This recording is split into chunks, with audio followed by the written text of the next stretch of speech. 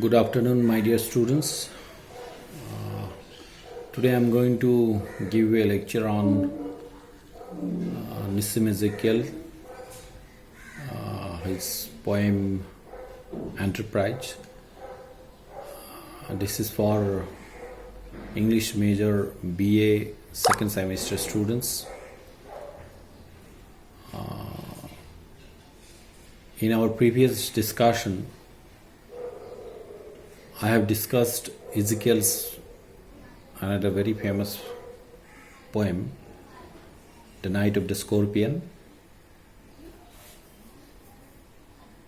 Nissim Ezekiel is one of the most distinguished contemporary Indian poet in English literature.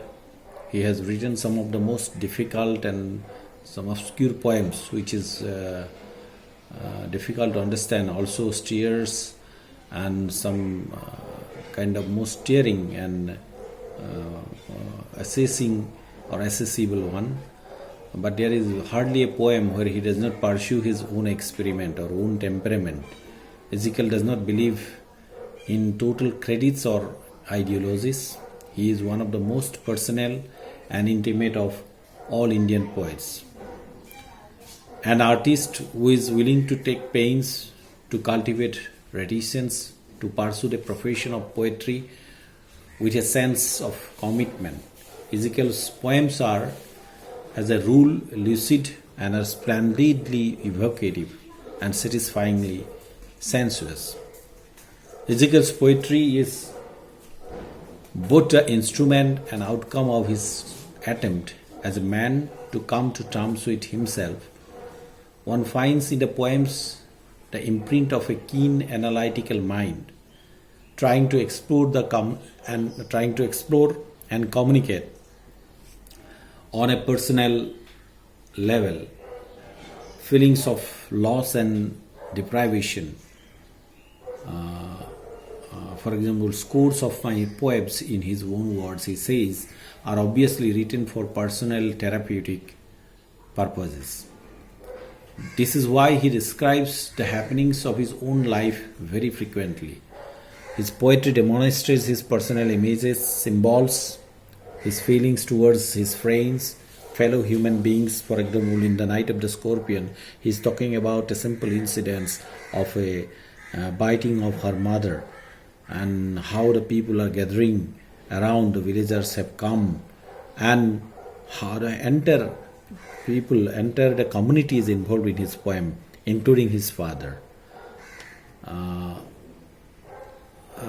Perhaps all you know that Ezekiel was born to a Jewish family in 1924, and he has many collections of verse, Time to Change, 60 poems, The Third, The Unfinished Man, the exact name, Hymns in Dickness, Latter Day Jumps, are some of them. He was a reader in English in the University of Bombay. So, while discussing the poem The Enterprise, we have seen it's a poem talking about the pilgrimage. Suppose it's an enterprise itself, is the meaning is to do something different or does something different, is the enterprise for the sake that something new, something difficult or new things important that one does or tries to do is enterprise. So how the people, a group of people involved in an enterprise, and what is the result of it, that has been described in the poem The Enterprise. It is taken from The Unfinished Man, containing just 10 poems written in 1959 and appearing in 1960. So Enterprise started as a pilgrimage. The first lines, it started as a pilgrimage, exalting minds and making all the burdens of light. The second stage explored but did not taste the call. The sun beat down to match our rage. So I do not want to recite the whole poem, But in our discussion, Enterprise is one of the most serious poems of Ezekiel and is molded out of the fallouts of frustration in a barbaric city. Enterprise is an allegory of pilgrim's theme with suggestions of futility. The journey from the city to the hinterland in a metaphor for contrived change from frustration to fulfillment. Even here, a shadow falls on the group because differences across on how to cross a desert patch. The group ignores the thunder, which is nothing but the inner voice of man. It should have guided the group. Man deprived of the inner voice or insensitive to the call of his own soul invariably rushes into impediments. At the end of the journey, there is a complete disillusionment. Was the journey worth undertaking? Whether the group of people they have taken that journey, whether it was fruitful, whether it was worth doing, there is a question. Instead of bringing any sense of fulfillment, the trip had only darkened every face. The pilgrims here are like the Magi in Eliot's poem. You have read probably. The futility of the whole enterprise, the struggle on the way, the deprivations the group undergoes, and the failure to compromise the intention of the journey with its end are succinctly brought out in the final cleansing line of the poem. The final cleansing line, final beautiful line you can say, home is where we have to gather grace. So in this period of social distancing, maintaining worldwide in these lockdown periods, what we have seen that home is sweet. Home Sweet Home. There is another title reminds me right now. Home Sweet Home. Like Ezekiel also very rightly ended with the line, home is where we have to gather grace. So only staying inside, distancing from others, in the home itself we are getting the grace of God. There is no reason for roaming around, to go to the pilgrims, to go to the temples, to go to the mosques, to go to the churches, but only inside the home we can gather grace. So very rightly this poem is a very right effect in this period of lockdown. While many poets are satisfied with just a glimpse of the truth, Ezekiel proves the feelings of the personal loss and deprivation till ultimately he reaches the core of the truth. This is one of his main characteristics. Scores of his poems are obviously written for personal and therapeutic purposes.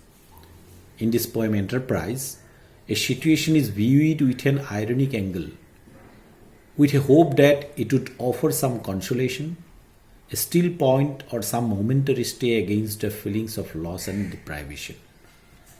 The enterprise, which was started as a pilgrimage, ultimately filled a sense of loss in the group members. Some were broken, some merely bent, Ezekiel says. The concluding stanza throws light on the whole event.